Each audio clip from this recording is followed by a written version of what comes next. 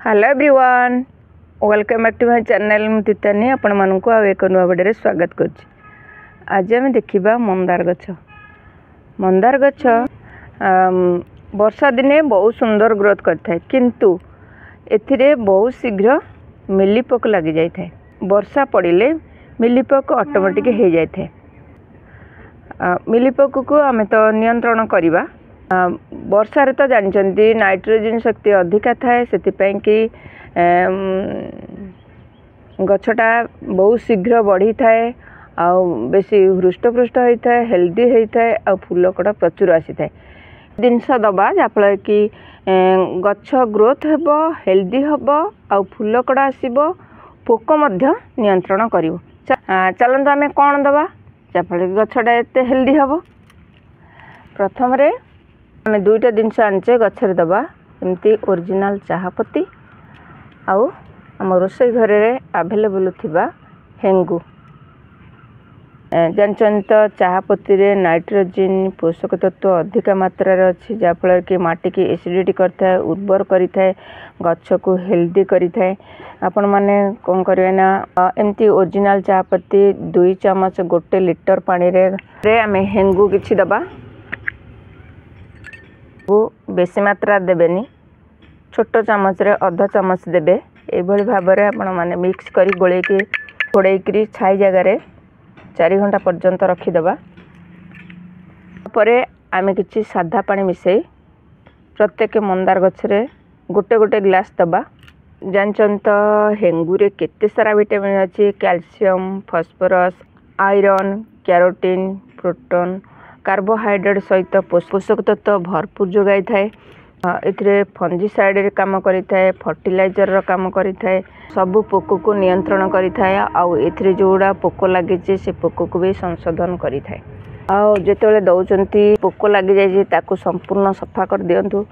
आ गछ मूल अनावना घास सबु उपाड़ी के सफा कर दियंतु।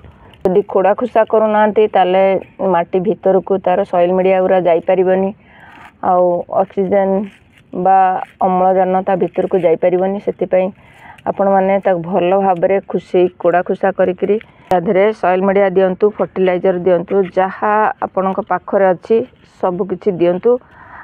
ये भल भाव रे काम करिवो। रेडी 4 घंटा हे गलानी, देखंतु केते सुंदर फर्टिलाइजर ता तयारी हे गला। आपण माने आकु छाणी करी देबे, नहले मूल रे बा पत्रे हो फंगस लागि जिवो। जेतिकी आपण माने नेले 1 लिटर पानी नेले आदर 2 लिटर पानी मिसई करी आपण माने प्रत्येक गछरे देबे। आ किछि मिसई करी एई भली भाव रे प्रत्येक गछरे दबा। देखंतु मु भल भाव रे सफा करी करी खुसई देछि। आपण माने सेंती भल भाव रे सफा करी एमती खुसई देबे। आ देखंतु केते छोट छोट गछरे केते सुंदर सुंदर तार कढ़ फूल सब आसीछि। आ देखो मुझे गोटे छोट मंदार जोटा फुटे पिंक कलर रो बकेटे डाल पोती देइथिली। आ देखो तादरे केते सुंदर आदरे कढ़ सब पळि आसी। आ एथिरे 7-8टा फूल मध्य फुटी सारिलाणी। आ देखो केडे टिके टिके गछरे केते सुंदर कढ़ आसीछि। आपण मानकर जदि एई भली भाव रे अछि गछ, ताले तार टिके सामान्य जत्न नियंतु। आउ पोक दयारु रक्षा करंतु। गछ देखिबो केते सुंदर हेल्दी हबो, आउ कड़ा फूल प्रचुर आसी। आपण मानकर जदि एई भली भाव रे मंदार गछ अछि, ताहले हेंगू सहित चाहपत्ती मिसई के दियंतु। गछर कोनोसी क्षति हबनी। ए कॉम्बिनेशन टा ठीक ठाक रखिकरी आपण माने गछरे देबे। गछ हेल्दी सहित ग्रोथ हबो, आउ प्रचुर मात्रा रे फूल कड़ा आसीबो। मोर अन्य गछ मंदार गछ केमती हेल्थ सब अछि टी देखि दबा। बड़ा फूल सब मध्य फुटी, सबू गछ गुड़ा मूल सफा करी मु प्रति 15 दिन थरे मध्य दउची फर्टिलाइजर आउ फंजीसाइड मध्य दउची। तापरे भी देखंतु केते आधरे पोक लागिची। आउ एथिरे भी देखंतु देसी मंदार मोर धला मंदार केते सारा आइची। एथिरे भी आसी, एथिरे भी सब फूल कड़ा पळे आसलानी। एथिरे भी सब फूल कड़ा आसी गलानी। देखो मोर ये मंदार गछर सब हेल्थ कंडीशन टा ठीक ठाक सब अच्छी, किंतु मिलीपोक टिके लगी। माने जो चुली रे जो पाउंस जालुचंती से पाउंस को सबुदिन सकाळे हो बा संध्यारे हो आ उपरे सिंचन करंतु कारण वर्षा होची वर्षा जोगु मिलीपोक लागवाटा स्वाभाविक।